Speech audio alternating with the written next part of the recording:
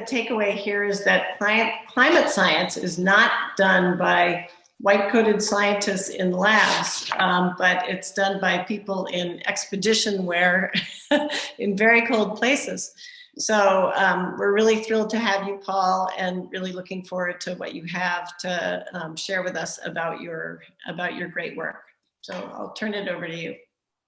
Thank you, Carolyn, and thank you, Jan, for the invitation. Can everybody hear me and see the slides? Okay, great. So I'll be, as the title says here, a slight change in the title, but still the same thing, pushing climate change to the roof of the world. I'll be talking about our Everest expedition. I'll take you on the expedition so you can see what it feels like and the sort of things that we did.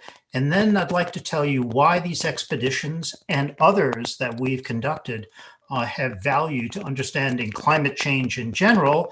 And then I'll bring us all back to Maine again to talk about what's going on here in climate change and what sort of a situation we might expect in the future. In the spring of 2018, I was approached by National Geographic and Rolex to be the expedition leader and science leader for a very large research program on Everest, which eventually did cover quite a bit of ground. But first, let me give you a little bit of perspective. Everest is one of 70, or I should say, the glaciers surrounding Everest are a couple of 70,000 glaciers that are found throughout the Himalayas. Now, these glaciers altogether provide what is called a water tower. They store water during the dry season, release it during the warmer season, and they provide water for 20% of the Earth's population. So this is a place that it's very important to understand how long these glaciers will last, and what sort of conditions are suitable for them, and what we should expect in the future. And the quick answer is seen in this Landsat photograph. These are a series of glaciers. We're looking straight down on them. The red circle shows you the snout of a glacier. That circle is probably about 1.5 miles, 2 miles in diameter. And you can see immediately surrounding that blue edge are a bunch of ridges. Those ridges tell us that that glacier was larger in the past. And if we begin to look at the blue area in general, that blue area, it's not snow, it's ice. And the larger that blue area, the more the glacier is beginning to get smaller because the snowfalls in the upper mountain areas, up in here, and as it gradually builds up, it flows down, and when it gets into warmer regions, it begins to melt, leaving this blue ice. So where that line is, which I'll point to right about here, it's called the equilibrium line, and that basically tells us about the health of the glacier. Now, to back up one, as glaciers begin to melt, they can create very large lakes. These lakes, in some cases, are actually held in place, not this particular one, but others are held in place by ice and burst. And as a consequence, they can be quite disastrous. We know quite a bit about the lower elevation portions of glaciers like these in the Himalayas. We know very little about the upper elevations. I started working in the Everest area in 1995. And when I was there in 1995, in this particular small village at about 18,000 feet, there was a small shelter where people would go and have some tea. When we went back in 2019, that green roof is that building, and you can see all of the buildings that have built up around it. Tourism is an immensely large portion of the economy in the Everest region, or the overall Khumbu region. So when we went off on this expedition, which was April and May of 2019, we were going to have an unprecedented opportunity for science, with the opportunity to actually look at the world above 5,000 meters, 16,000 feet. Many of us have spent a lot of time above these elevations, but there are actually very few scientists who work above 5,000 meters. And of course, the top of Everest right up here is 29,029 feet. And the reason that that number is important is that's very close to the transition between what we call the troposphere, which is the portion of the atmosphere that we live in, roughly the lower 30,000 feet, and then what's above it, the stratosphere. And that's the lower limit around 29,000 feet of the jet stream. And the jet stream is that air mass that goes from west to east across the entire northern hemisphere. And we'll be talking about that more later on. So the first thing you do is fly into Kathmandu at about 4,600 feet. The runway alone is an interesting place. It's a very old city with many kingdoms in it. It was severely impacted by an earthquake a few years ago. And then after that point, you can either walk up to the next staging point, or you can fly with a fixed-wing aircraft, or you can go by helicopter. On this particular trip, we wanted to get up to a certain elevation faster, so we went by helicopter. You can't climb too much higher in a fit. If you do and you got out, you'd probably just collapse. At a point, you really need to begin to get walking, experience the high altitude. So we started walking at about 9,000 feet. And from 9,000 feet to base camp, which is 18,000 feet, takes about 5. And the magic number at about 18,000 feet in terms of oxygen is the fact that you have about half of the oxygen at sea level. So if you want to simulate what it'd be like to immediately land at base camp at about 18,000 feet, I don't recommend that you do this, but just imagine putting a plastic bag on your head and trying to breathe through that plastic bag. That's what it feels like if you just got out of a helicopter. So we walk up. In the process, we go through these amazing villages, which have gotten even more and more populated in recent years. This is Namche Bazaar at a little over 11,000 feet, probably has a population of about 1,000 people. And most of the people here are Sherpas, the local high altitude people who turn out to be extremely important in all the climbing expeditions. They're typically Buddhist, some are Hindu. This is a Buddhist stupa. And you can see children playing around all over the place as if they were standing at sea level. But in this particular case, they're at 11,000 feet. So these are people who've had centuries to acclimatize, and they do extremely well at these elevations. From that point on, you go gradually higher and higher. And the trails going up to Everest Base Camp are well worn. There are close to 40,000 people every year that actually go to the base camp at about 18,000 feet. As you eventually get up higher, this is probably these rock cairns, and you notice that they're really elegantly put together. These are memorials to climbers who died, in particular on Everest, but also other surrounding mountains. And one of the most impressive is a memorial to a Sherpa. And that Sherpa is the only person ever to climb up to the top of Everest without oxygen, 90 at the end. He not only did that, but he actually pitched a tent, spent the night up there, and came back down. Quite a remarkable Sherpa. Unfortunately, he was killed in an accident. And then gradually you go up higher and higher. This is 16,000 feet. There are hotels, not fancy, but really beautiful inside. Hotels with a little bit of running water, great food that you encounter at these elevations. They weren't there 10, 15 years ago, but the economy is driven so much by tourism. And then as you get higher and higher, you begin to start to depend on something other than yourself for carrying loads. These are yaks. They're the equivalent of hairy water buffalo. They're extremely well suited to high elevations. In fact, they have a lot of trouble living at lower elevations. So they tend to live up close to 12, 15,000 feet throughout their lives. And then eventually, if you look in the center of this picture, you see a glacier that's moving down this white area. That's the Khumbu Glacier, and we're on the south side of Mount Everest. I've spent a great deal of my time on the north side of Mount Everest. The dividing line between the north side and the south side is right along these ridges. That's also the dividing line between Nepal and China.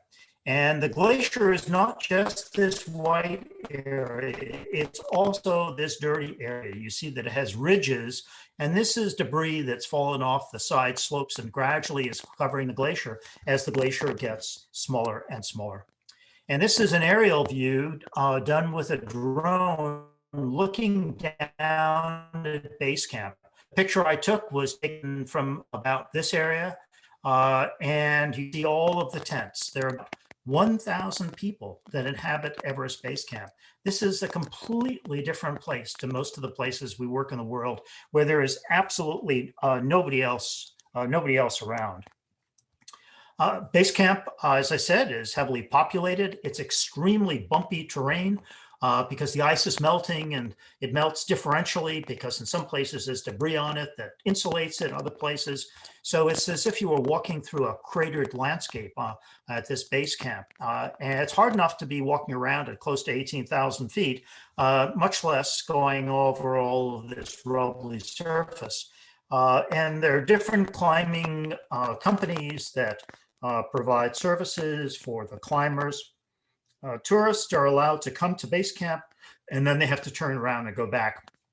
Not allowed to stay up here, mostly because of water availability, sewage, and the Nepalese are trying to be as careful as possible in keeping this area clean. We typically live in these small, this is a North Face tent. It's a great tent. You can see there are others around here. Most of the areas we work, we're just in one or two of these tents. And I've spent 17 days in 100-mile-per-hour consistent winds on top of a mountain in a tent just like this. They do extremely well. And because we had a very large program, 35 scientists, about 50% of them were from Western countries, 50% from Nepal. We actually, at base camp, had this amazing table. Here are two of our students from the University of Maine. This is Heather Clifford. She was a master's student. Now she's my PhD student. And Laura Mattis, who just finished her undergraduate degree and was just about to start her master's program. And then a bunch of the older guys back here.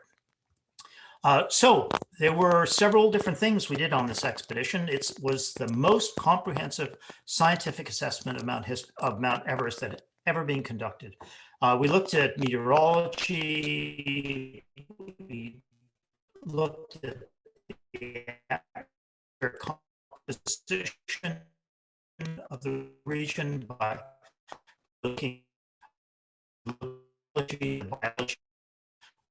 the overall glacier health, and we mapped the glacier at the same time. And when I say we, I participated in one of these, was the expedition leader and organizer.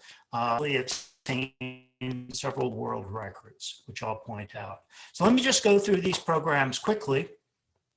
The geology program, and any of the names that are in blue, these people came from the University of Maine. There were 6 of us from the University of Maine out of about 35.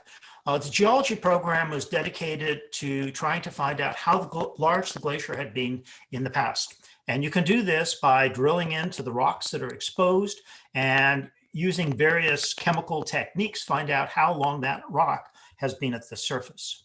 One of our Nepalese colleagues also did a study comparing how large meltwater ponds, these are actual ponds that form on the glacier, had gotten in the last 10 years. And although it's a bit hard to see on this diagram, I wanted to include it because the red areas are where the ponds were as of 2009, and the blue areas are where they were 10 years later. So the snout of the Khumbu Glacier, that white surface I showed you before, surrounded by debris, is really beginning to melt rapidly with a whole series of ponds that are forming. And these ponds feed streams. And if you're standing on this glacier, you hear what sound like tremendous volumes of water going through this glacier, particularly in the time of year we were there. The geology program was also collecting sediment cores in lakes. They put together this very lightweight kayak system, and they drop a drill barrel down. And they were also looking at sediments in the surrounding areas. Second program that we conducted, all those programs were going on at base camp and lower elevations. Next program that we were looking at was basically extremophiles, creatures that live in extreme environments, and they can live in rocks, lakes, water, et cetera, et cetera. The understanding of how many there are, what sort of species are up here is certainly being studied, but it's not being studied sufficiently to really have a great understanding. And more importantly, once you understand what the species are up there, what sort of critters are up there, you can use them to understand how the climate is changing, because they're only adapted to a relatively small climate regime. And as the climate begins to change, they change. One of the most interesting things that the biology team did was to collect what's called eDNA. They would collect water samples from streams, and then they could pull out for animal skin or feces. And by doing that, they could actually identify what those animals were, and in some cases, what they were eating. And they made some interesting discoveries. They found the highest observed centipede at about 5,500 meters, and a variety of other creatures. We also had a glacier monitoring program. This program was intended to create, and did, the most detailed map ever produced for this region, for this glacier. And why is that important? Because once you have a super detailed map, you can then observe the changes in the size and the velocity of the ice by satellite imagery. But unless you have that very detailed map to start with, you can't do that. This shows the coverage for this particular high resolution study. There's that dirty part of the glacier. Base camp is actually right in here. And this turned out to be the most detailed LiDAR. And this is where you basically are sending laser light over to a place and measuring how long it takes to come back, and you can determine the position and elevation. So combined LiDAR and photographic imagery, the most detailed imaging ever done in this particular area, world record, and also the highest elevation helicopter-based LiDAR ever conducted, in this particular case at 7,000 meters. So they were really pushing the helicopter to its very highest limit. So now the real journey up from base camp starts. Remember, base camp is 18,000 feet.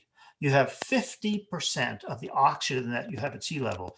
When you eventually get to the summit of Everest, you're down to about 35% of the oxygen at sea level.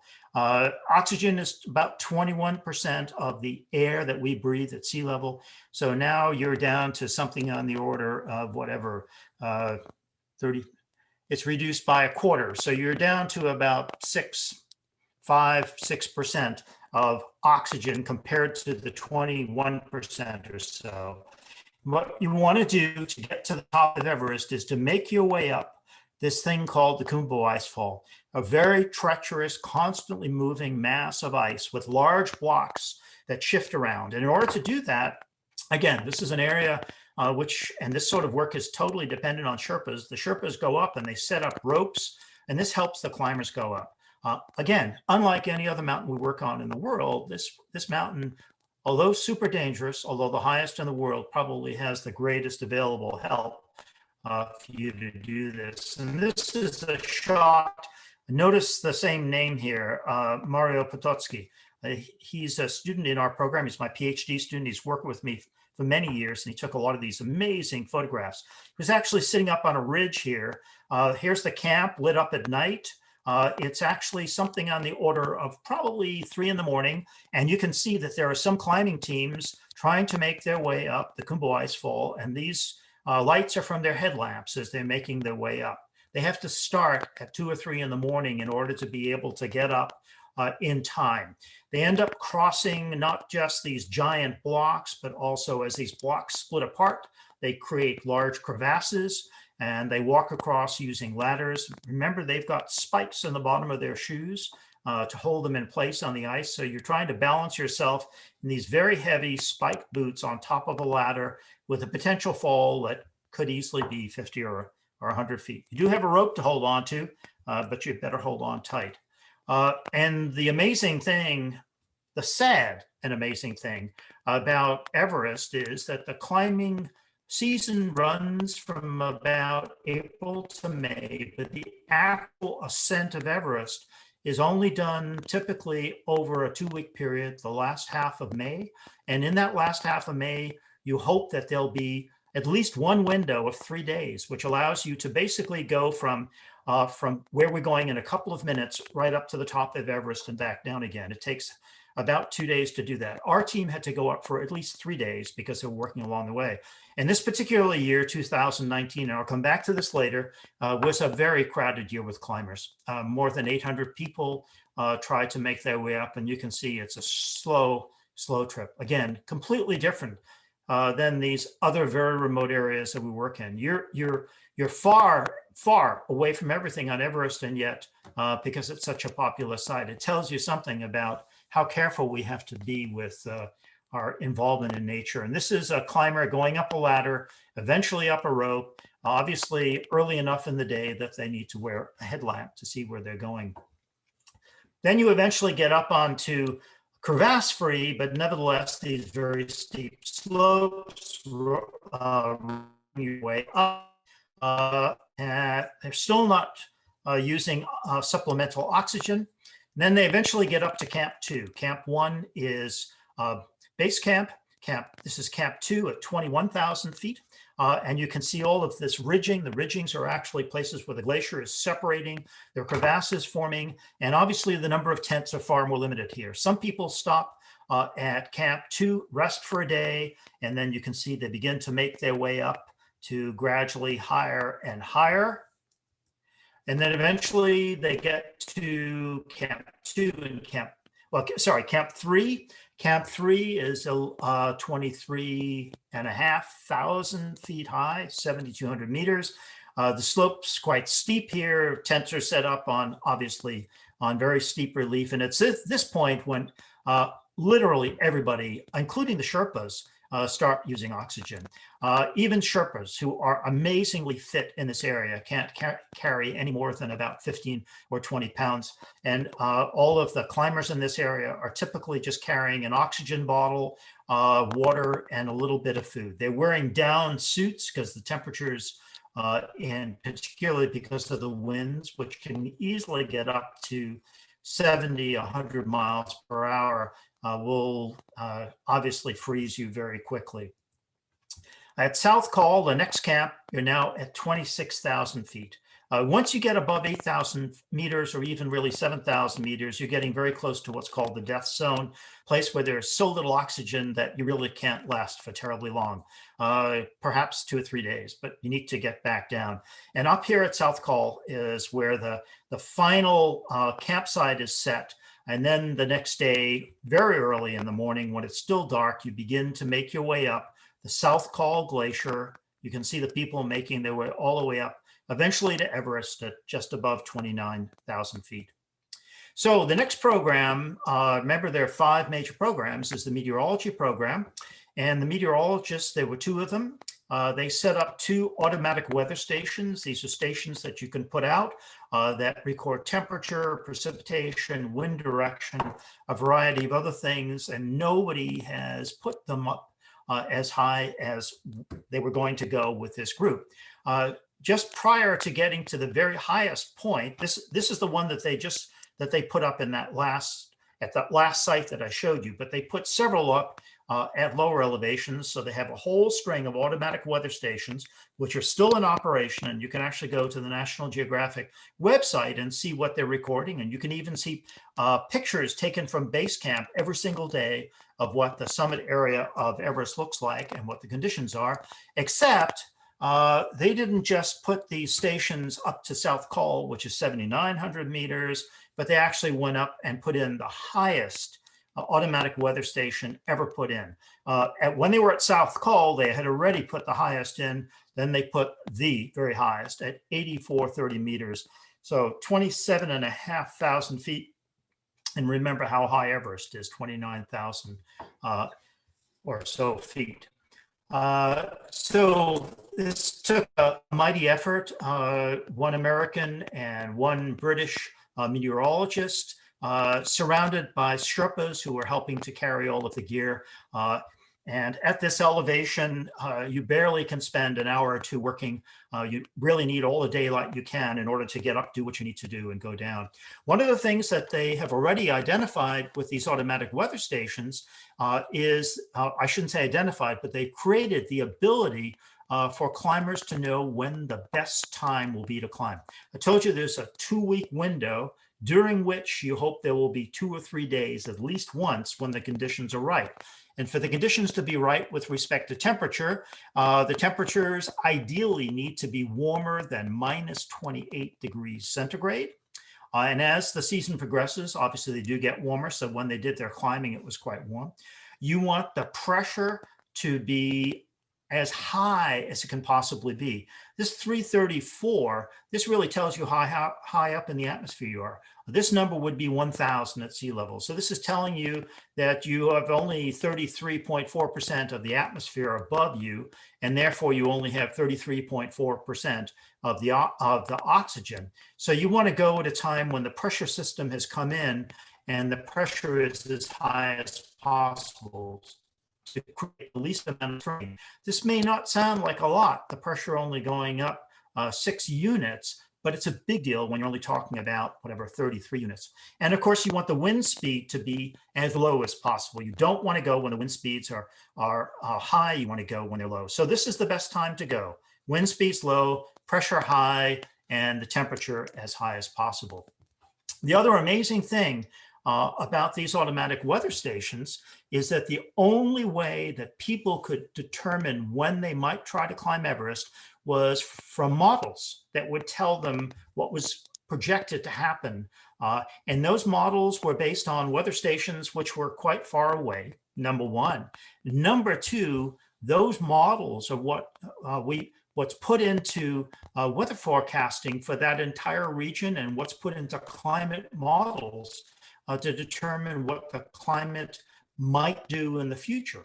So understanding whether or not those climate models are actually telling us what is at this elevation is very important. And if you look, this is from 2019 in June to 2019 in July, and the red the red dash is the raw forecast that comes out of the model. The black is actually the observed. And you can see when you begin to tune the models more closely to the observed, you get this red, which is the corrected forecast. As it turns out, for at least this particular time period, the models actually did quite well. And that's really good to know, that the models are doing well, not just for climbers in this area, but for people in general, because these models are pretty tricky to develop and they're very important for predicting. And then the last program that we conducted was the glaciology program, trying to understand what the chemistry of the snow is and how the climate in this area had changed. And to do this, we collect ice cores. And here's an example of a drilling system, and what's coming out of that drilling system will be a 2 or 3 inch diameter core that you can then use like a series of, you can count back the number of years, and in each one of those years, you can collect various samples, and I'll talk about that more in a little bit. So we did ice coring at base camp, close to 18,000 feet. There's Heather Clifford, the now PhD student, and also water sampling. The water sampling is very important because as these glaciers melt, all of the chemistry that's inside them is now going to go into the villages, into agriculture, and for almost a century, we have been putting a lot of pollutants into glaciers all over the world. So we want to know how much of this chemistry, how much of this the pollutant is actually coming out. And we also sample the snow at the same time. So forget about the one on the left. I'll talk about that in a little while on another one. But this shows you where we did all of our ice coring and snow sampling on the way up. We did a whole bunch of different measurements, which I won't bore you with, but they basically tell us about the chemistry of the atmosphere, the temperature, the precipitation, volcanic events. And then some of these are really quite important. These what are called POPs. These are organic components that are man-made, and they actually are not terribly good for us to have in our bodies. We want to know how far and how high do these things get. So gradually, one goes higher and higher. And then eventually, at the top of this South Col Glacier at a little bit above 8,000 meters. Now, where the automatic weather station is actually a little bit higher. But at this point, Mario Potocki, a PhD student in our program, collected the highest ice core ever collected in the world. And these ice cores are important because they can tell us what happened in the past. Automatic weather station tells us what's happening right now. The ice core can tell us what was happening in the past. And it's being helped by the Sherpa team here. And so we're back to this diagram. Why are these ice cores important? Ice cores capture the chemistry that comes from the air into these regions. And right over here, these three arrows are pointing exactly to where the Tibetan Plateau is. And this is actually an animation of a series of satellite photographs, and the clouds have been colored. In this part of the Southern Ocean, they've been colored this sort of light blue. That's to represent sea salt. This is the largest ocean on the planet. There's tons of sea salt spiraling around here. This green is forest fire burning. That's making its way with the winds that go from east to west, coming off Africa, and obviously the Amazon. This dust is remarkable. This is coming off the Sahara. And this dust, if you watch carefully, will make its way all the way into the Amazon, which helps to fertilize the Amazon and grow plants. And if we happen to see this at the right time, you'll even see the Saharan dust coming into southeastern United States. The dust also is transported from the west to the east, and it makes its way into Everest from the north and the west. And during the summer, when the winds are coming from the south, we get ocean air coming in with moisture. So what we want to be able to do is to differentiate the southerly air masses that bring in moisture, the winter air masses that are cold and bringing dust off from the north and from the west. And here's that jet stream that I talked about early on, the jet stream at about 30,000 feet above us, which turns out to be very important to the next part of the story that I'll talk about. But let me just finish this story off first. Our summit team, I was not a member of the summit team. I was closer to base camp, directing things below me and above me. But our summit team got to just about 8,400 meters, not to the top of Everest, because the crowds were so packed together. We made the calculation, the team up there made the calculation, and we down at base camp certainly agreed that if they actually tried, they'd already spent a day more than anybody else doing sampling. If they actually went up to the top and collected snow and ice cores from the top, the ice is actually very thin, it would have taken them at least an extra 4 hours. That's probably 2 extra oxygen bottles. And you can only carry 1 oxygen bottle, and the Sherpas with you might be able to carry an extra one. So we made the decision, they made the decision, and we certainly supported it, that they should skip it and just stop at 8,400 meters. It was more important, obviously, for people to be healthy and safe than it was to finish the science up there. And one day, maybe we'll get back up there and do it. This is a close-up of these people literally packed together. It was a very disastrous day, and some people actually perished on that trip. So why did we go to Everest in 2019 and do this amazingly sort of intense series of scientific experiments? And we did it because we wanted to get up into the jet stream. We wanted to put automatic weather stations up there and get an ice core up there to learn about the history of the ice core. We wanted to be able to contribute to an understanding of the water supply in the form of glaciers and melting glaciers for 20% of the Earth's population. We wanted to learn what sort of hazards are evolving in this area. As the glaciers begin to melt, everything around melts and slopes begin to collapse. We wanted to be able to find out how healthy this area is, because the glaciers that are melting are releasing pollutants that have been put in those glaciers by all sorts of industrial activity. We wanted to improve the potential for climate sustainability. We want to learn enough to be able to help these people understand what was coming in the future. They know how to live in this area way better than we do. They know what's going to happen in the near future. We wanted to be able to give them an understanding of what might happen 5 years out, 10 years out, and because there are grave geopolitical implications. When you begin to stress populations and 20% of the Earth's population with not having sufficient water, all of a sudden you have tremendous number of people in jeopardy. Food insecurity, migration, on and on and on. One of the most critical things about climate change. So now let me take what we've learned from Everest as one example, and let me now take you through very quickly some examples of other programs that we've conducted, my team and I have conducted, that eventually you'll find out contribute to our understanding of what's going on in Maine. Now, the University of Maine is the research university in the state, and our logo or our sort of slogan is that we work all over the world. We have a global impact, and what we try to do is bring back that understanding to our homes, to places, to Maine. Our institute, let me move this out of the way. I don't know if you're seeing this or not. You probably are. Our institute is almost 50 years old. Our motto is exploration and discovery. When we say exploration, we mean exploration physically into remote areas, but we also mean exploration in science. And we've made a lot of discoveries, and I'll talk about a couple of these. The other thing that makes us quite unique, we're one of the, if not the oldest, multidisciplinary climate research unit in the world, certainly in North America and probably in the world.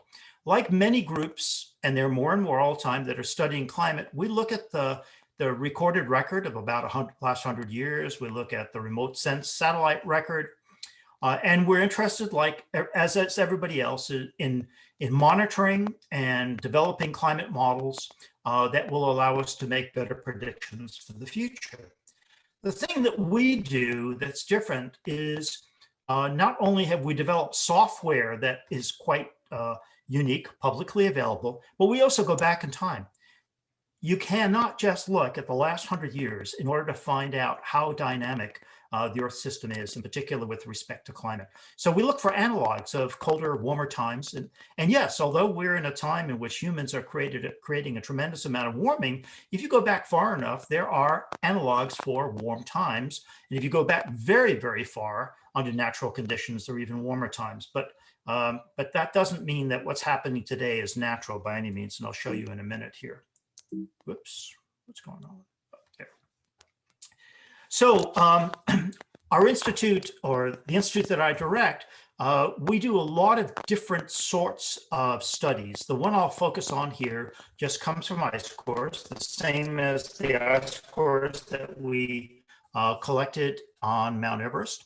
As you can see here, we work all over the world. These red dots show you we work in Antarctica, throughout the Andes and the Southern Ocean.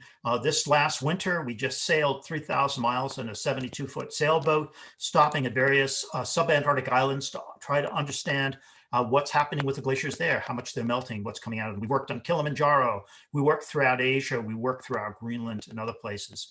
And what we can do with these ice cores is understand past temperature, precipitation, air masses, because we can look at the chemistry that is in these air masses, as I showed you in that Landsat animation, and know that the air came from the ocean, that the air came from the west over the land, that it came as a consequence of biomass burning. We can look at sea ice extent, volcanic activity, and we can also see how the chemistry of the atmosphere has changed, in particular as a consequence of human activity.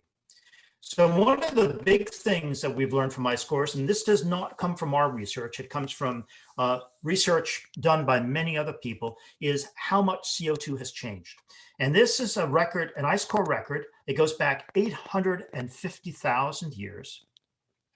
And you can see the levels of carbon dioxide are always within this envelope. And then all of a sudden, within the last few decades, the levels have gone up dramatically. They are 1.5 times higher now than they were up here, 1.5 times higher than they were throughout this entire envelope, even at the highest levels.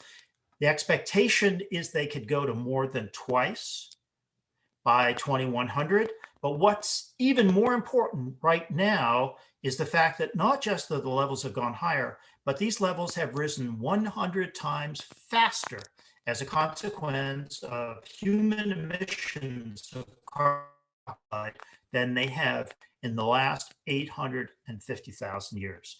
And the only reason I only say 850,000 years is because we don't have ice cores.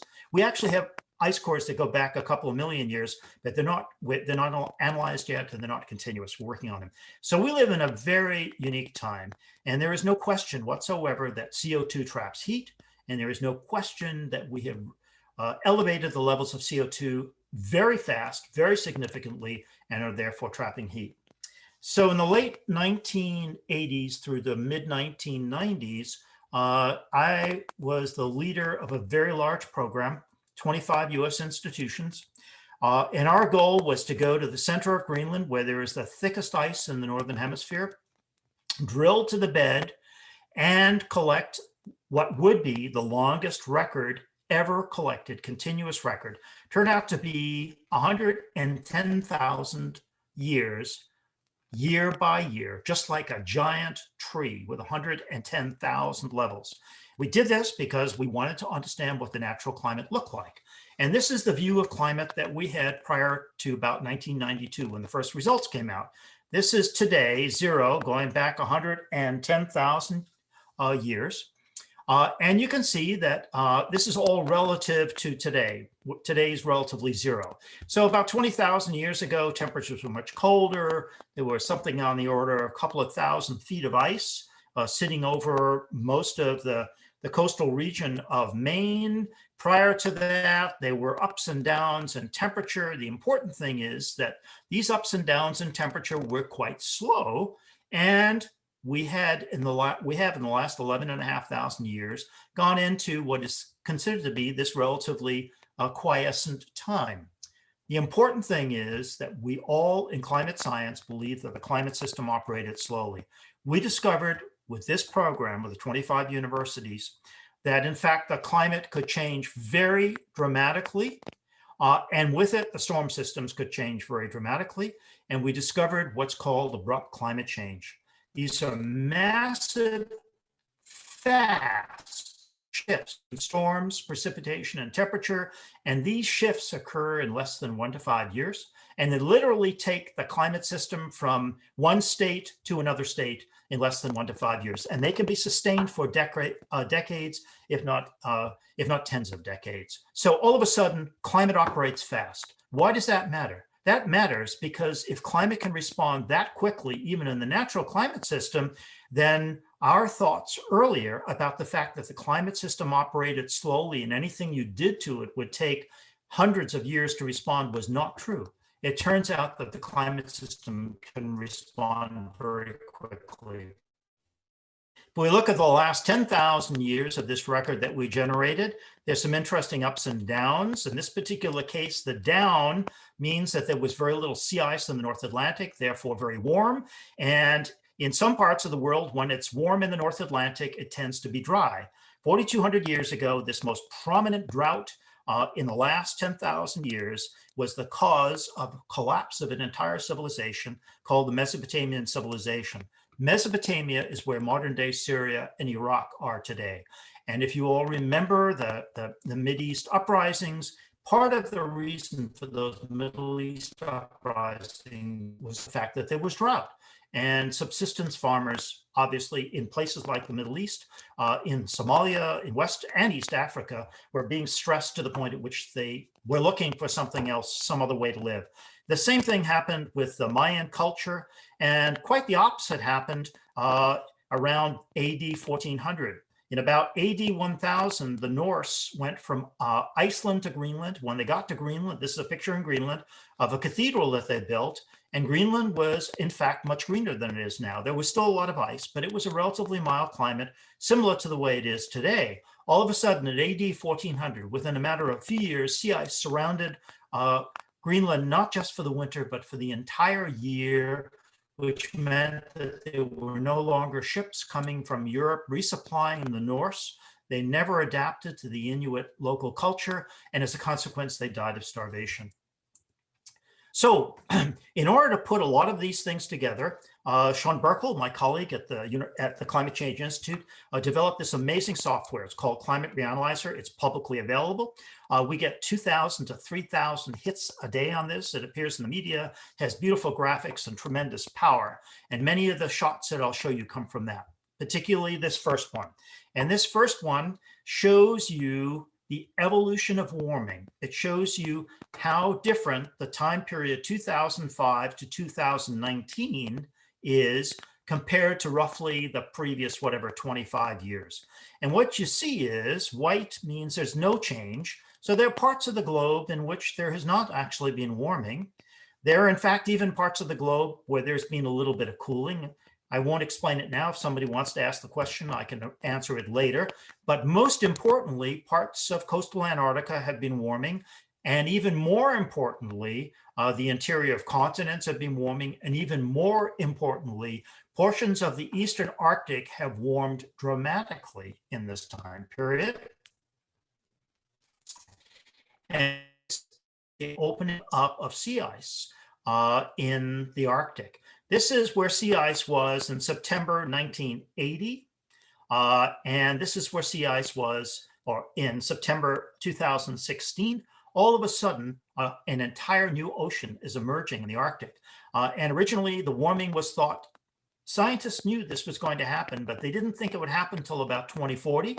Then they thought it would happen in 2025, and then suddenly it happened in 2007 to 2012, which is this next picture. This is the time period 2007 to 2012. And at this time in the Eastern Arctic, this is Russia, the temperatures went up on an annual basis, not for one season, on an annual basis, 8 degrees Fahrenheit. And that is equal to doubling the length of the summer in that area. And the other way of looking at this is that that jump in temperature over this shorter time period is equivalent to the magnitude and the speed of those abrupt climate change events that we saw back in that record in Greenland, except now it's caused by greenhouse gas warming, in particular CO2 and methane. So we have experienced the first abrupt climate change of the modern era. And I find this terrifying in some ways, but also we've been talking for 25 years about the fact that this could happen. And the first organization that actually believed us was Hollywood, and they filmed the movie The Day Into Tomorrow, except they had the Northern Hemisphere getting colder, but the movie was predicated on the fact that climate could change fast. The next group that began to believe this was the Pentagon, because we, of course, have so many bases in coastal areas. And of course, the military is there for our defense, but also for our protection and rescue. So they need to know what's going on. So this is a remarkably fast change. And when that change occurs, what it does is it actually has made the latitudes in the Northern Hemisphere warmer. It's made the mid latitudes a little bit warmer, but it's effectively changed the temperature gradient so that the difference between the polar regions in the north and the mid latitudes is less. And when that temperature difference is less, what happens, I'll just start this again. What happens is the jet stream begins to go, instead of this relatively west to east, it starts to become far more embayed. That means that cold air masses can move farther south, warm air masses can move farther north. And this is because the steeper the temperature gradient is between the north and latitudes, the stronger the barrier is. So it keeps all the cold air to the north. The weaker that temperature gradient is, the weaker that barrier is. This has big implications. But before I tell you, let's just take a look at the jet stream map. This is 3/4 of the way up in the atmosphere, 250 hectopascals. That arrow points to Mount Everest. and it's showing you that the jet stream comes right over Mount Everest. So this is our one big chance to literally be sitting in the jet stream and find out exactly what goes on from hour to hour, and also with this ice core, what the behavior of this jet stream was in the past. Now, why is it so important? When you have extreme embayments of the jet stream, as we have here, this happens to be on December 30th, 2015, this started. And there have been several of these every single winter in the Northern Hemisphere.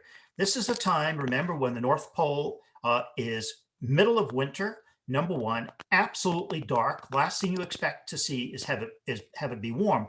And yet we can see a cold air mass being pushed down, from the north, and warm air beginning to make its way towards the North Pole. And you can't quite read these temperatures, but the North Pole on this particular day, several other days, and other winters since then, the North Pole was actually above freezing. Yeah, it's frozen. There's sea ice there, but it's nevertheless above freezing for some period of time. This is not normal. And this is telling us that the jet stream is becoming extremely misshapen. And whenever you have warm air and cold air coming together, you have more storms. Here's another example of an extreme event, the wildfires in California. The jet stream now has a much more irregular behavior. That means that as it comes off the Pacific, comes down the west coast of North America, it brings dry air from the mountains, and because it's moving along this particular gradient, it speeds up. And if you already have drought, which they do because of warming in California, you've got all the kindling you need for fire. The next thing you need is more dry air and a lot of wind to fan the fire. And that's exactly what's happening more and more every single year. And closer to where we live, here's a typical example. This one comes from April 15th of 2018. Here's a cold wave that just comes right down the center of the United States. And Maine is right on the southern end of the jet stream. So we're still cold, but the southeastern United States will be very warm. Southwestern United States, very warm. And that system often shifts so that we have a cold air tongue coming right down the east coast of North America. So without going into a lot of detail, you can see all this on Climate Reanalyzer. The red for this day is showing you that in general, this is a warmer than it normally is in this area. But this one region where the cold air is coming down is anomalously cold. So the entire planet might be in general getting warmer, but because of the shape of the jet stream, you can have cool areas. So there's a wild card sitting in the Arctic. And it's called methane. And methane is plant material that has been trapped in frozen ground. And there is so much methane that's beginning to melt out of the frozen ground as the frozen ground and the ice melts, that you can dig a hole in the snow and throw a match in without any fuel, and it'll catch fire. Methane is extremely important. It is 30 to 50 times more effective in trapping heat than CO2 is. So the prediction is that as this methane begins to release, we will have yet another bigger abrupt climate change, which will create even more instability in the climate system. So here's that map this animation I showed you before, showing air masses transporting temperature, cold and warm air, moisture, wet and dry air, affecting surface ocean currents, depending on the direction it goes, and also transporting pollutants. So as it turns out, our work in Asia, including in Everest, without going into a lot of detail with these graphics, we see in the last few decades elevated levels of lead, which has tremendous consequences for human health, cadmium, cesium, sulfur, a variety of other things. So there are all sorts of pollutants that are being transported long distances into these glaciers. We have a program with our colleagues at Harvard, they're all historians. They have amazing detailed written records going back 2,000 years. And because we've developed new technology that allows us to literally collect 500 sample levels per year, we can actually tell how many storms there were in a year. But the other thing that we can do is track lead pollution. And the safety levels for lead in the world depend upon calculating what the natural level of lead is. And that has always been calculated by determining what the lead levels were prior to the Industrial Revolution around 1800 or 1850. We found that lead levels are high all the way back to 2,000 years ago. And how do we find that out? We found that out because all of a sudden there is one time when the lead levels drop down to almost zero, and that's during the Black Death. 1347 to 1351, half the population of Europe was killed in a pandemic, and bang, there was no activity whatsoever. The economy shut down. Sound familiar? And all of a sudden, the lead levels went down to zero, almost to zero. That is the real natural level of lead. And we've also recently published a paper, you can look it up online, about the H1N1 pandemic at the end of World War I and its relationship to climate.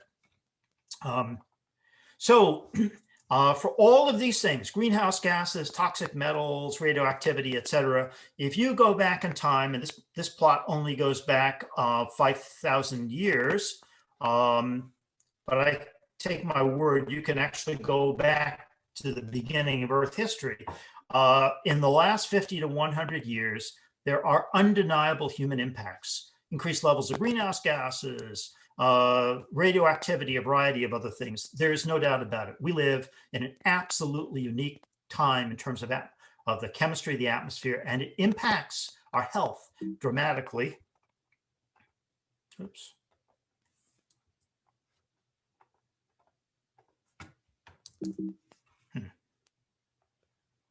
What's going on here? Oops. Okay. So, as it turns out, about 1 in 10 deaths worldwide are a consequence of air pollution. That converts into 7 million premature deaths per year. So, air quality is a super, super big deal. And so we developed an app. Taking the only available data is from the United States, and we put together an app which tells you what the air quality is like where you live. It's called 10 Green. If you have a 10, you have perfect air quality. Nobody has perfect air quality anywhere in the world because greenhouse gas levels are high. Close to Portland, it's pretty good. And I won't go into detail, but green means it's healthy. Red means it's not healthy, may not be terribly unhealthy, but not healthy based on health standards. And gray means there's no information. So you can easily calculate and you can dig down into each one of these levels and find out more information, but I won't go into that. Now, here's the really good news. The good news is we can see levels of these toxic substances going up, but if there is legislation, we can see them going down immediately. And this is work we did in Greenland and during the period of acid rain interest. It was just like global warming today. There were skeptics who said that acid rain is all a consequence of natural activity. We were able to show that the levels of acid rain go up with the onset of the Industrial Revolution, but which was good to know. But the even better news is that legislation cleaned up the air. So it's absolutely correct that we need strong and good clean air legislation. Come on. So let's turn to Maine very quickly. This will take about 5 minutes. Maine has a diverse climate, and I'll tie in some of the things we've talked about already. If you take a look at the range in climate from basically southern Maine to northern Maine, it's the equivalent of from northern Scandinavia almost into southern Europe. A super diverse climate, so makes it more complicated. We've produced in our institute at the request of originally Governor Baldacci, a series of reports dedicated only to the state of Maine to understand where we are with respect to climate and what the projections are. The most recent were 2019 for the coast, 2020 for the state in general. And these have all gone into what Governor Mills has requested, the Maine Climate Council, which is a report that's coming out all the time, more and more documents. We're very, very fortunate to have Governor Mills requesting this, and it's going to be a great planning document for us, all of us in the state in the future. Let's take a look at Maine's climate. If you go back to the early 1900s, even to the 1930s. And you're familiar with Penobscot Bay as an example. You could drive your Model T Ford from Castine, one side of Penobscot Bay, to Belfast, which is several miles across. It was not uncommon to do that. Obviously, you can't do it today. If you go back in time with instrumental records, this all comes off Climate Reanalyzer. You can see that since about 1900, the temperature has risen 3 degrees Fahrenheit. Precipitation has increased by about 6 inches, which turns out to be about a 1/6 of the total increase. If you take a look at what this temperature change means to the state, it's not that the whole state suddenly changes 3 degrees Fahrenheit. During any particular time period, the changes are different. And in general, the changes thus far have been felt more in the southern part of the state than in the northern part of the state. Obviously, 1904, 1996, 2010. The lighter the color, the more the warming. So how do we make predictions for Maine on for what will happen for the future? One of the ways that we do this is to use physical models. And this plot shows you from 1900 to the year 2100, 1900 up to obviously today. These are all observed records.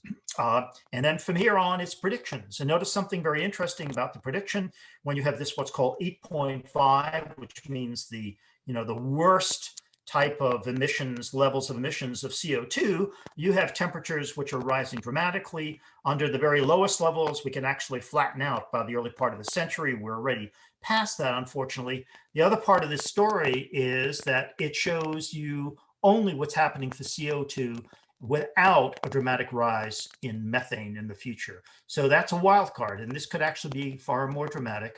And the other thing that's important about this is that you can see as soon as it goes into the future, it's basically just showing you, or it's not showing you any variability. And we know that no matter what's happening, there's going to be variability in climate. But that's the way models work. They're great for showing us the general pattern and expectation for decades from now.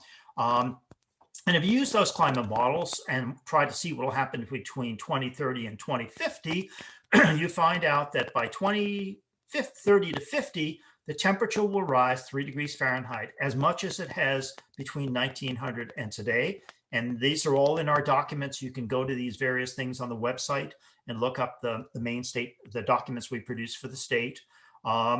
If you take a look at what happens to, for example, temperature, summers will be longer, winters will be shorter. And of course, as we all know, ticks love that. We moved from New Hampshire to Maine in 2000. We were super excited because New Hampshire had tons of ticks. Maine had none, and now, of course, ticks have invaded, and they will get worse, unfortunately, as the climate changes.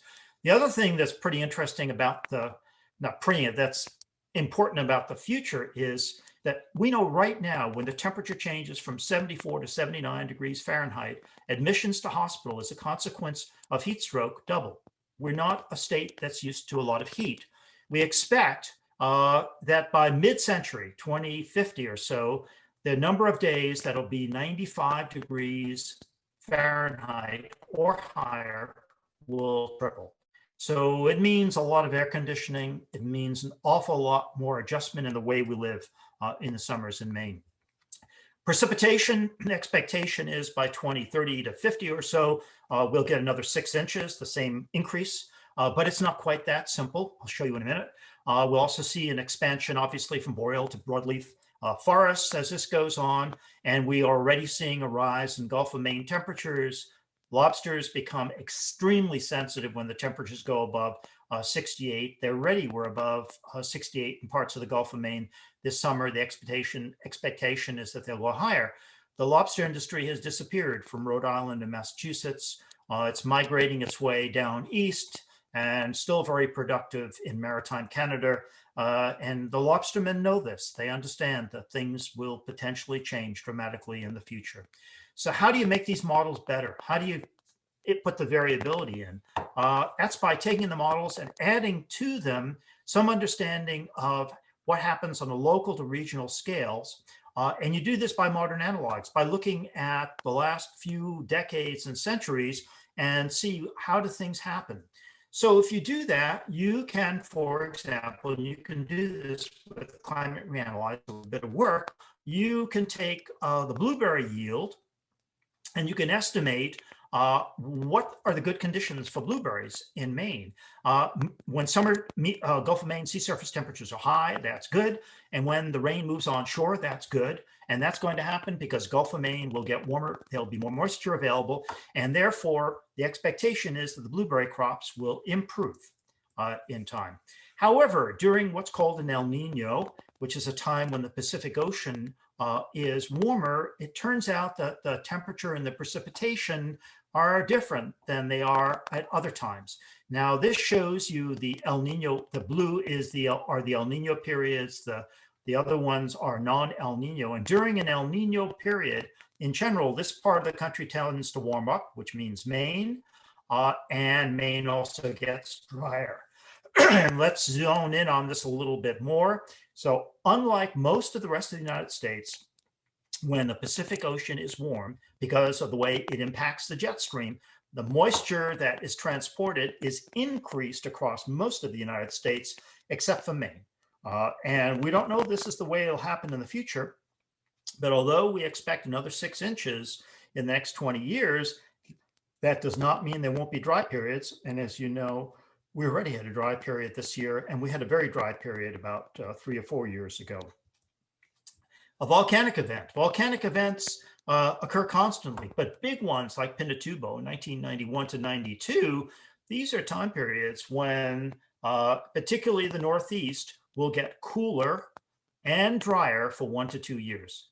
So while the expectation for rain is very good for Maine, we have to understand there may be years every now and then when it doesn't happen that way.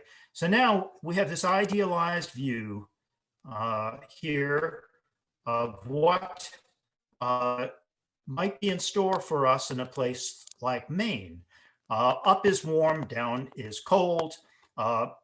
And this is just, again, idealized. The dashed line shows you what the models would predict, this relatively steady warming. However, with an El Nino, it will actually get drier and warmer.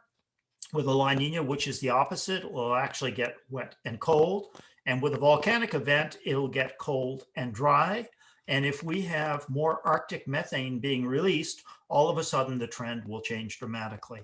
So what we're trying to do now is to refine better and better the actual years that this can happen. Some of it can't be done. You can't predict when a volcanic eruption will occur, but the last big one was in the early 90s, and they typically come at least every 20 or 30 years. So we're due for one. So very quickly, what are the impacts of climate change? And I'll go through this very simply. 4 basic things.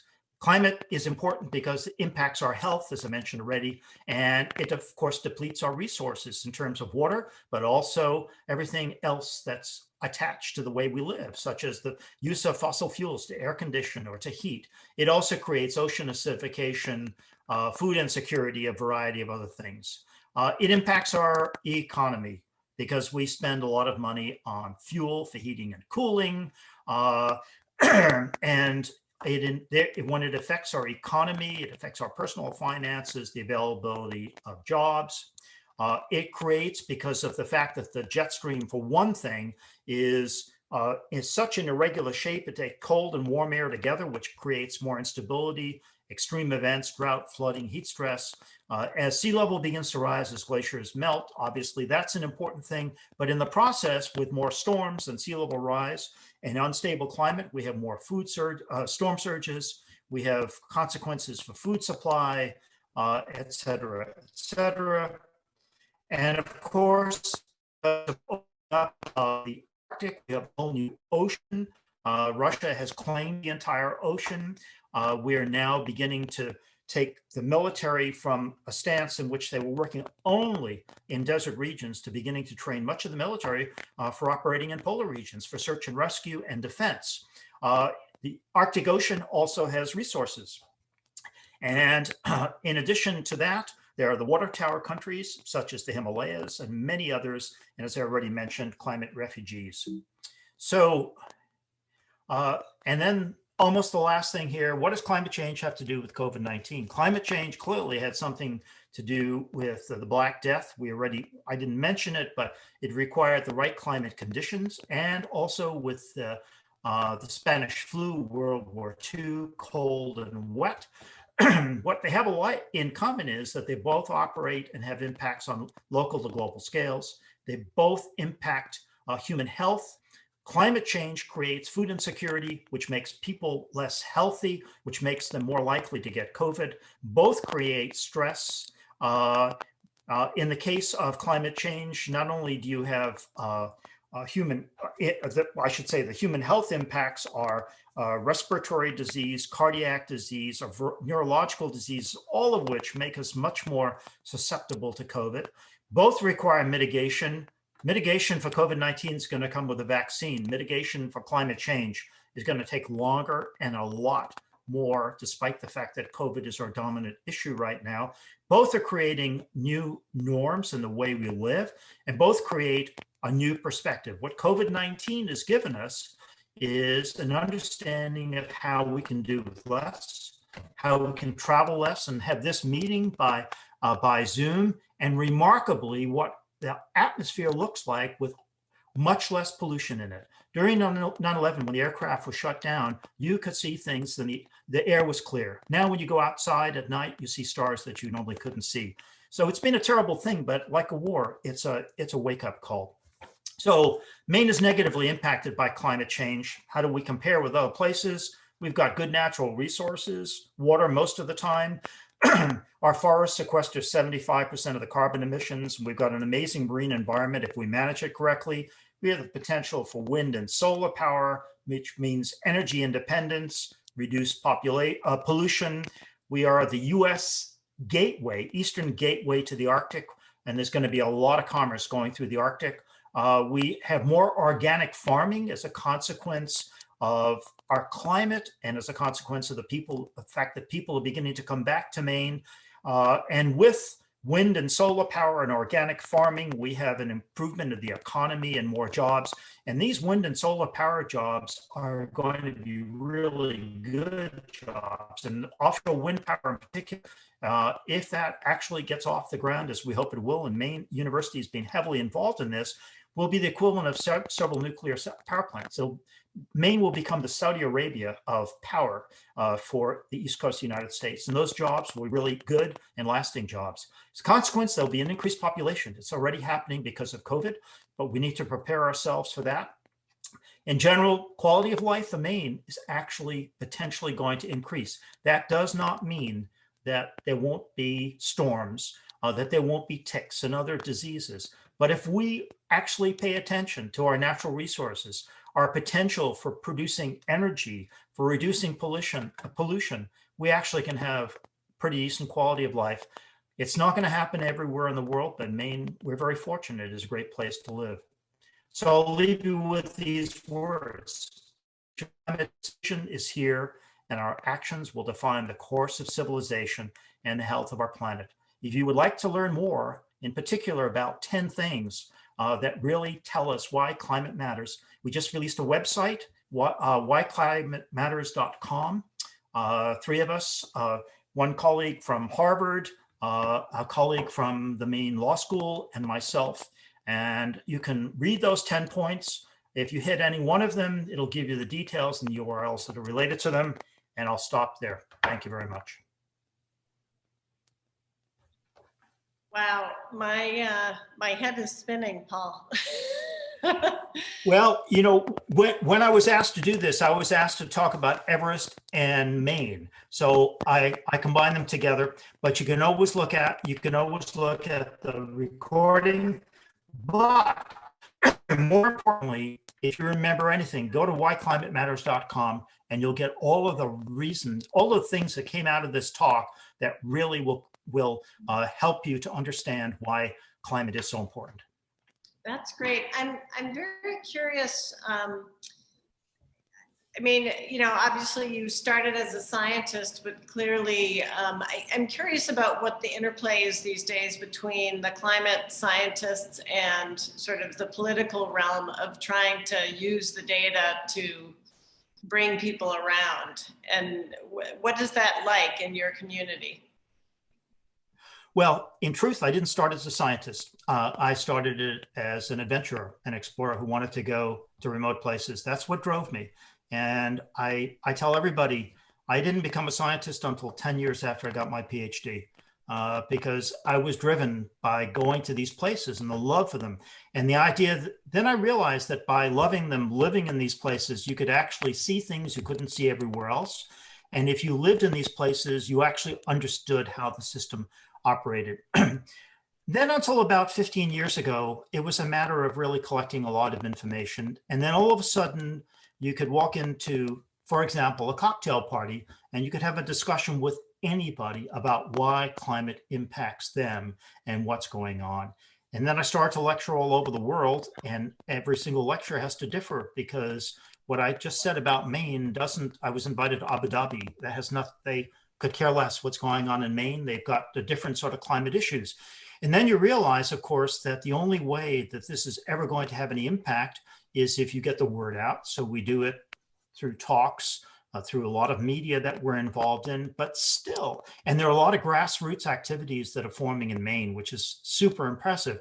But you're absolutely right. It eventually turns into giving people the information they need to do the things that they realize they should do in a lot of parts of the world, and then of course policy. And so, you know, we're in the midst of a very big decision right now about whether we think climate is important or not. And we need stronger legislation, not weaker legislation. We need to realize that while as individuals, we can't change this. Maine is a tiny population. We can't change it, but we can certainly live even with within our own backyard in a place with cleaner air, cleaner water, and we can improve our conditions. In my mind, dealing with climate change is a win-win situation. I absolutely 100% believe that the climate will continue to change. It will continue to be less stable, but if it does nothing, and we do all of these things in preparation for it, we will be in better shape. So there's a couple of questions. Rich wants to know how you stay positive and optimistic when uncovering such dire realizations every day. And then he goes on to say, what recommendations do you have for those who are concerned about the changing climate and want to do something? I'm glad you asked that question. How do I stay positive? I stay positive because I taught a class many years ago in environmental change at my last university, and I thought it went over really well. And the next year, nobody turned up. And I asked the students, well, why didn't you come? And they said, because it was so depressing. And I realized that you just can't leave people with a depressing story. You need to leave them with hope, but more importantly, you need to leave them with a plan. And that's why I'm optimistic. I think we will do the right thing. It's not going to happen everywhere. It's not going to help everybody everywhere, but we need to do what we can. And so it makes, you need to think optimistically. And to answer the second question, I'll go through this very quickly. Stay informed. We have the Maine Climate Council that's telling us about all these things: science, mitigation, adaptation. Our institute has all of this software that you can look at to understand climate change. Energize legislators through contact and voting. Support climate-friendly activities such as yours, which introduce kids to an appreciation for nature, something that they will have forever. Adopt climate-friendly solutions. Doesn't necessarily mean you have to go out and buy an expensive car. Just increase efficiency. There are plenty of things we can do. It'll save you money. Reduce emissions. We're doing that right now. Reduce waste, all of these things. And insist on clean air, clean water, and preserving your resources. These are all things that don't necessarily require a lot of money. And when you think about them, who in the world would not want clean air and clean water? Who in the world? There are three big things that climate change impacts. One is your security, and that means your personal security and global security. the next is your health, and the next is your wealth. Who wouldn't want to be secure, healthy? And when I say wealth, I don't necessarily mean a lot of money. I mean wealth in the way that you can live and the quality of your life. Jan asks, is there anything that can be done to mitigate Arctic methane release or its effects? Yeah, it would be nice if there were. There are certainly some geoengineering solutions, not just to the Arctic, but for other things that have that are being suggested. And one of the points in this Why Climate Matters that we make is that looking for geoengineering solutions is a smart thing to do.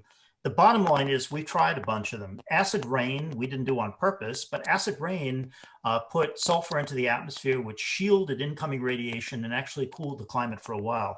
So I don't think we want to trade a slightly cooler climate for the loss of all of our forests and pollution of the water. And there are other things that have been tried, none successful so far.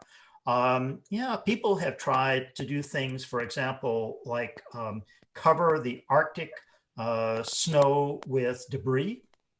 In the beginning, that debris changes the color from white, which reflects radiation, to black, which absorbs radiation. But if you put enough debris on there, the Soviets tried this because they wanted to open the Arctic Ocean. They wanted to melt it. But unfortunately, when you put enough debris on there, it actually slows the melting. But again, I mean, you'd have to spread so much dust and debris in such a thick layer. Now, I think the bottom line is try to reduce carbon emissions as much as we can, because as CO2 starts to rise, it's going to be the thing that triggers methane to start to rise. So that's the big sort of banana in this whole thing is CO2, because along with the rise in CO2 go the rise of all these toxic substances, lead, mercury, et cetera, et cetera. So even people who don't care or believe that CO2 rise is important, they certainly would understand that lead's no good. And lead comes as a consequence. It goes right along with the burning of CO2. So unfortunately, there's no simple solution other than preparing for it. And already some small villages are being moved around in the Arctic. Entire cultures are disappearing. And we're fortunate where we live because it's not having as dramatic an impact, although we just got a very large grant to educate 50 students in our university, graduate students, and also indigenous people from the Arctic and from Maine to talk about what's going on in the Arctic, what sort of an impact will it have, and what sort of an impact will it have in Maine, and also, how indigenous communities in Maine and indigenous communities in the Arctic are reacting to all of the changes, not just climate, but also social. So preparation, understanding is the best thing that we can do, and we made a lot of mistakes without knowing it about where we put our sewer systems and our water systems. And that's all understandable. We just can't continue to make those mistakes in the future. Mm-hmm. And the Arctic is even a more complicated place because not only when you melt permafrost do you release methane, but literally if you drive over Arctic tundra in the warm part of the year, you literally create a lake where the tire tracks were. And that lake will reappear every single year after that and just get bigger and bigger. So being careful. It's a sensitive environment. Yeah. Anne asks, what are the most important legislative changes you'd like to see? I'd love to see us go back to our clean air regulations. And in fact, if anything, they need to be a little bit stricter because the population and the use has increased. They need to be flexible. They need to go up and down. And we have clean air legislation for some things, for lead and sulfur, but not for everything else. So we really need to tell people we need air quality monitoring so that we understand whether we are in a place that has very high levels, in which case you find out where it's coming from and you begin to lower it. The other thing I think that's extremely important We give tremendous subsidies and tax benefits to the oil industry, which will not last much longer. And we need to provide these subsidies for renewable energy. We are not going to just one day transition to renewable energy. We need all of the power sources that we have right now. It's going to take 20 to 25 years, which is plenty of time for us to see a reasonable transition in jobs and in our economy. And if we make the transition that Maine is capable of making with offshore wind power, and I emphasize offshore wind power, because although it has some environmental issues related to it, it's probably the least damaging. And it will engage many of the people who are in the marine industry right now, who've already lost their jobs in cod fishing, who may eventually lose jobs in the lobster industry. But these are people who are experienced with the sea. And they can be transporting others back and forth. They can be working on these things. These are very, very experienced people that we need in our economy if we have offshore wind power, which is probably the most efficient sort of power that we can have. And the day that the wind stops for good and no longer generates wind power, it really doesn't matter, because we're going to have much bigger problems. It means the Earth isn't rotating. Yeah. Well, you'll be happy to know that our ecology center is completely off the grid and solar powered. So excellent, excellent. We're doing and solar power. I mean, the panels are getting better, the batteries are getting better, and that is what you're doing is exactly the way to do it for localized areas. So, congratulations. Well, I don't want to take the rest of your evening. So thank you so much, Paul, this was just fantastic. And I'm thrilled that we have a recording of it to share with the folks who couldn't make it. So there were lots of thank yous and fantastic presentation in the chat box if you want to take a look at that. But I will. Thank you so much. And it's nice to end on that positive note. I do feel like there's always hope, and it's the hope that keeps us, thinking about how to transform or lead our lives differently. And we'll keep putting that message out as well. Yep, there are always better ways to do things. We need to keep looking for them. It'll make us happier. Yeah. Good. Thank you so much for the opportunity. All right. Have a good evening. Take care, everybody. Thank you. Bye-bye.